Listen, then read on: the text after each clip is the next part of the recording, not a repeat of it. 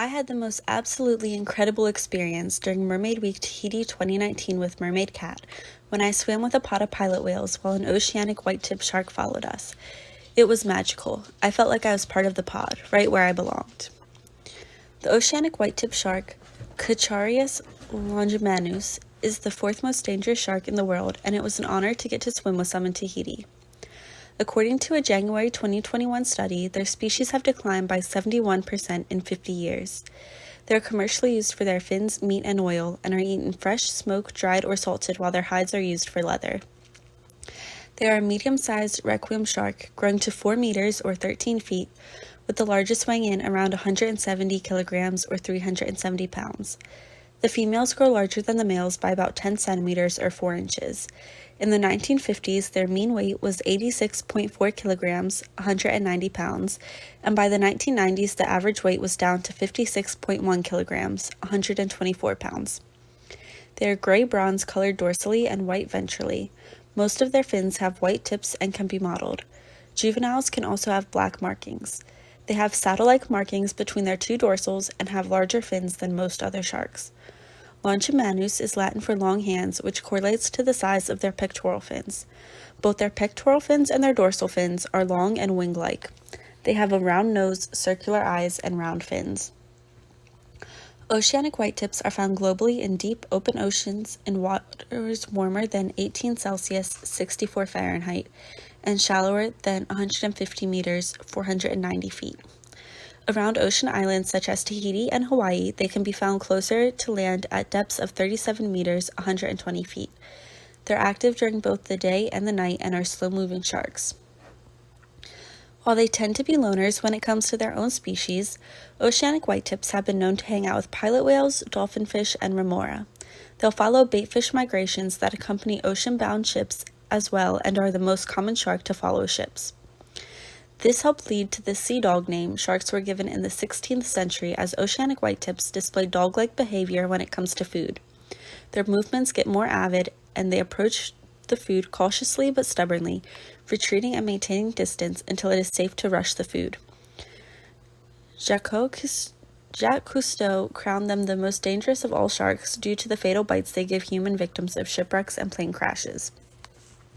They mainly feed on squid, octopus, cuttlefish, and other pelagic cephalopods, as well as bony fish, but will vary their diet and be less selective.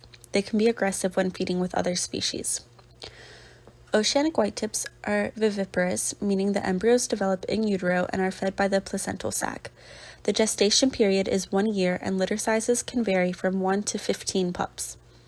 When they're born, oceanic whitetips are only 0.6 meters or 24 inches long. Males mature between 1.7 to 1.9 meters, 5.6 to 6.2 feet, and females mature between 1.8 to 2 meters, 5.9 to 6.6 feet. The International Union for Conservation of Nature Red List lists oceanic whitetips as critically endangered.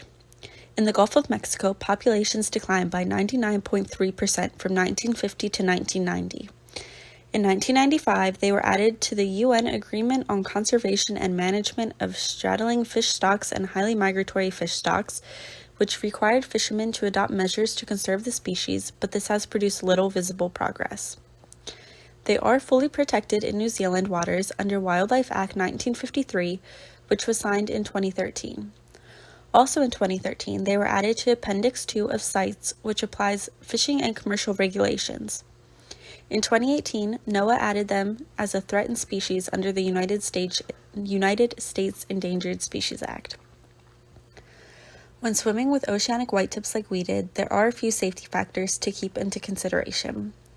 While there have only been 5 fatal bites not related to shipwrecks or plane crashes since 2009, oceanic whitetips are wild animals and can become overwhelmed, which can lead to a need to defend themselves.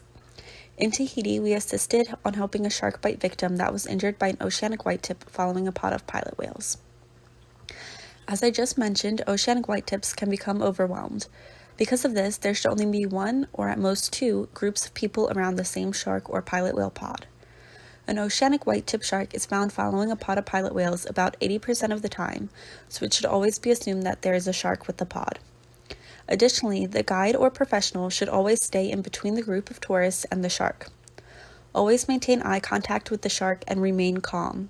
Flailing about can give the illusion that the swimmer is already injured and dying, driving the shark to investigate. Oceanic whitetips are a beautiful species, and following the proper safety protocols can lead to an amazing interaction with these creatures. As always, make sure you are using a reputable company and never dive alone. Like and subscribe for more. Thank you.